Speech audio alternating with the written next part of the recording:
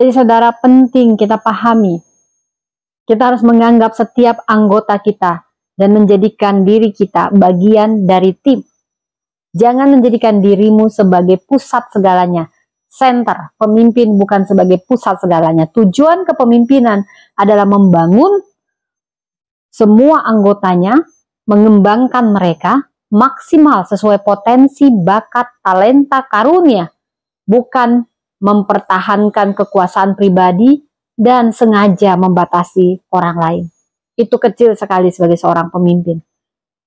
Jadi dari sini bisa kita simpulkan, untuk mengatasi kepemimpinan yang tidak aman dalam diri kita sebagai seorang pemimpin, maka kita harus melakukan ada 5 hal. Yang pertama, percaya bahwa Tuhan yang mengangkat dan memelihara kita sebagai pemimpin.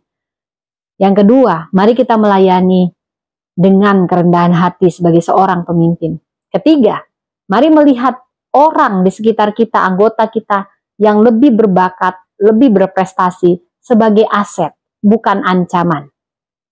Yang keempat, mari kita andalkan Tuhan, bukan kekuatan kita sendiri. Kalau kita mengandalkan Tuhan, maka kita tidak perlu insecure dengan kelebihan orang lain.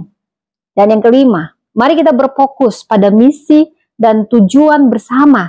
Jadi bukan mempertahankan kekuasaan atau posisi pribadi. Percayalah, dengan menerapkan prinsip ini, kita sebagai seorang pemimpin akan dapat menjalankan tugas kita dengan tenang, dengan penuh keyakinan bahwa Tuhan memegang kendali atas masa depan kita. Jadi saudara, perlu hati yang besar, jiwa yang besar sebagai seorang pemimpin agar kita tidak perlu merasa terancam dengan orang lain, dengan seluruh anggota tim kita yang mungkin lebih berprestasi, lebih berbakat, lebih kaya. Karena kalau kita punya hati besar, jiwa besar, itu menunjukkan kita pemimpin yang sejati. Dalam Alkitab ada banyak prinsip yang dapat kita terapkan sebagai seorang pemimpin untuk membangun orang lain tanpa harus dipenuhi rasa takut atau insecure.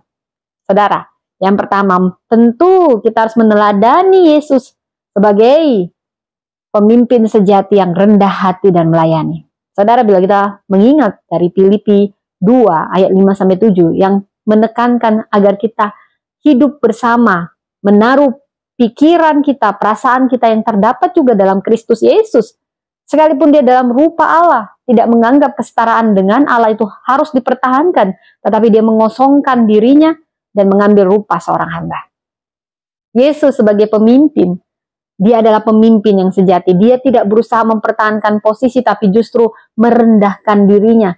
Dia yang mengangkat orang lain. Ingatlah, ketika kau mengangkat orang lain, kau sendiri yang terangkat sebagai seorang pemimpin.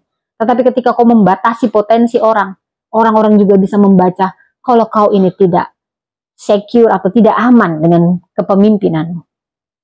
Saudara, pemimpin yang berhati besar harus siap melayani, bukan mencari kehormatan, bukan urusan mempertahankan posisi. Itu kecil sekali. Semakin keras kau mencoba, justru kau akan kehilangan itu suatu saat. Yang kedua, mari kita lihat kepemimpinan ini sebagai kesempatan memuridkan, membimbing. Jangan kau diamin orang yang berbakat. Kau diamin supaya dia jangan lebih dari kau. Kau salah, kau gagal sebagai seorang pemimpin. Karena tujuan dari kepemimpinan itu untuk memuridkan, membimbing orang lebih, bahkan kalau bisa lebih dari kita sebagai seorang pemimpin. Seperti bila kita membaca dan ingat dari 2 Timotius 2 ayat 2. Apa yang kita dengar dari banyak saksi, kita percayakan itu kepada orang-orang yang dapat dipercayai, yang juga cakap mengajar orang lain. Ada pendelegasian. Paulus tidak terancam oleh murid-muridnya. Dia tidak terancam oleh Timotius, Titus.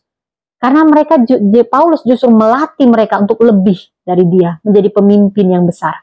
Pemimpin yang berhati besar harus punya mentalitas mentor, bukan pesaing.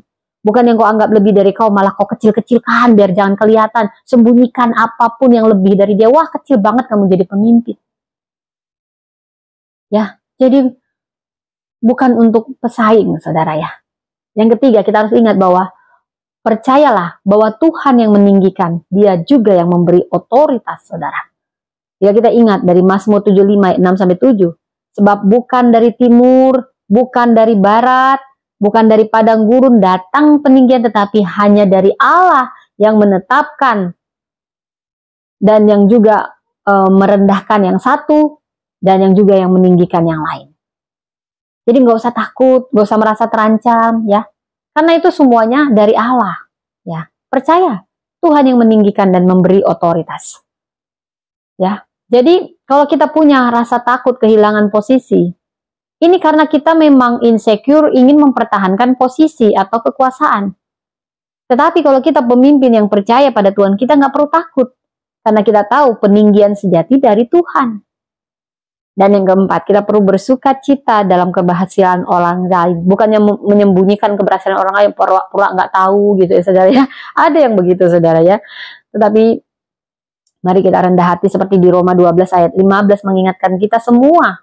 Bersuka cita dengan orang yang bersuka cita, menangis dengan yang menangis.